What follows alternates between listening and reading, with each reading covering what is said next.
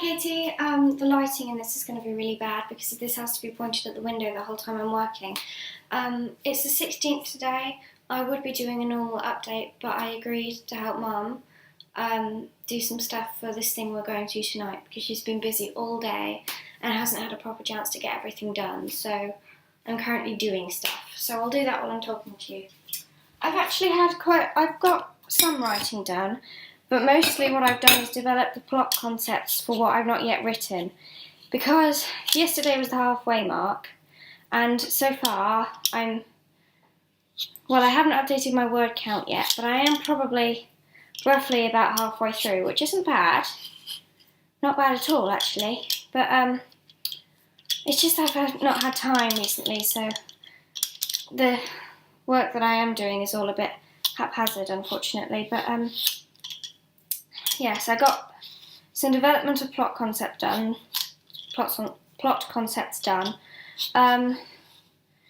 The basic things for quite a few of the scenes that I'm doing. I've even started writing some of the scenes, actually. That's been going quite well, actually. I've not properly done any. I've just been outlining them and saying particular things that the characters perhaps need to say, or particular things that need to happen. But and at the minute the quality is awful. But the point is that it's getting done. It's really difficult to peel mangoes. This is a bit odd. I'm in the kitchen on my own talking to a camera. There's not actually much else to say. Oh no, I do. Do you know? I reckon I've talked to Katie. Yeah, I've told you, Katie, about this. But I've ended up. One of my original concepts, which I wasn't even sure would get into it, has started.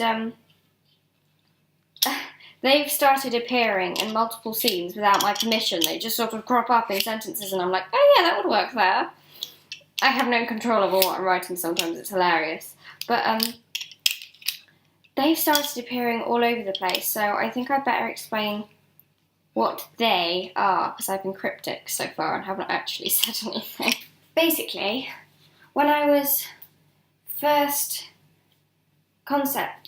first concepts for this story, I started thinking about how different Night Vale was from normal towns and things, and I sort of wondered, if it's so different, how come they don't have different species? Because I'm really into the scientific side of evolution and things, and that sort of concept never leaves me alone.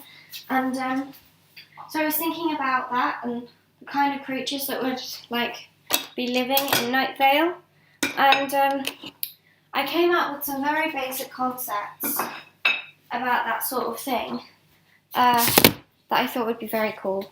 I was thinking about the kind of animals that would live in Night Vale, and I came up with a concept for these creatures that would be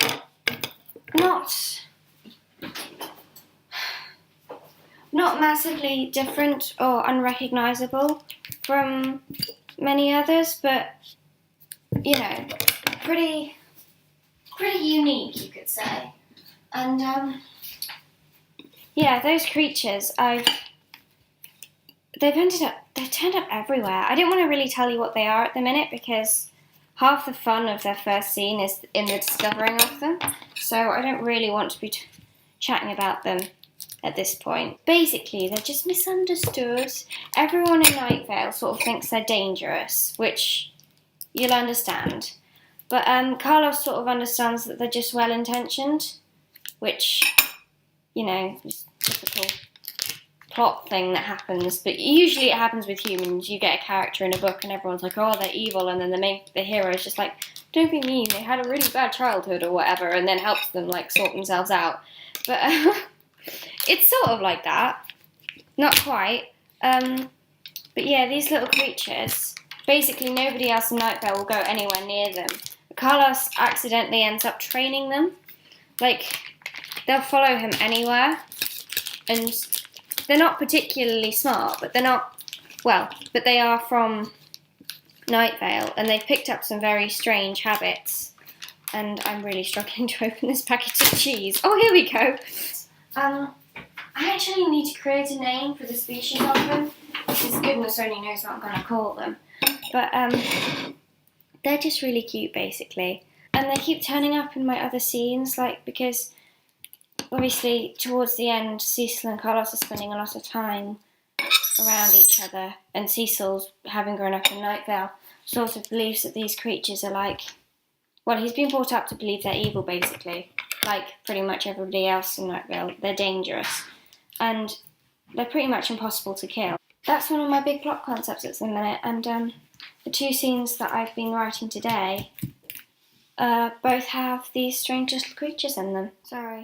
Hello, who are you talking to? I was talking to my camera because I was doing my update for Katie. Did you turn that on the screen, or was that just your hand? No, just. Oh, hi.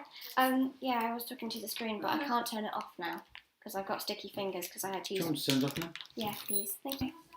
Hi again. Sorry, this is turning into possibly the most haphazard video I've done yet. I've moved on to melons. Don't ask. But yeah, so what was I on about? Oh yeah, Carlos's magical creatures. I really want to tell you more about them because they're really interesting, but at the same time I don't really want to ruin it. Mum, what size knife shall I use? One like the river, one like the sun. Oh bother. Forgot I was recording, sorry. The amount of words I got done today. I reckon I probably got quite a few done.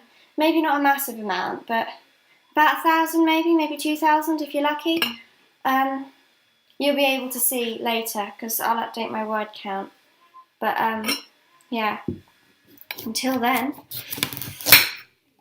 gain the balance of it. See you.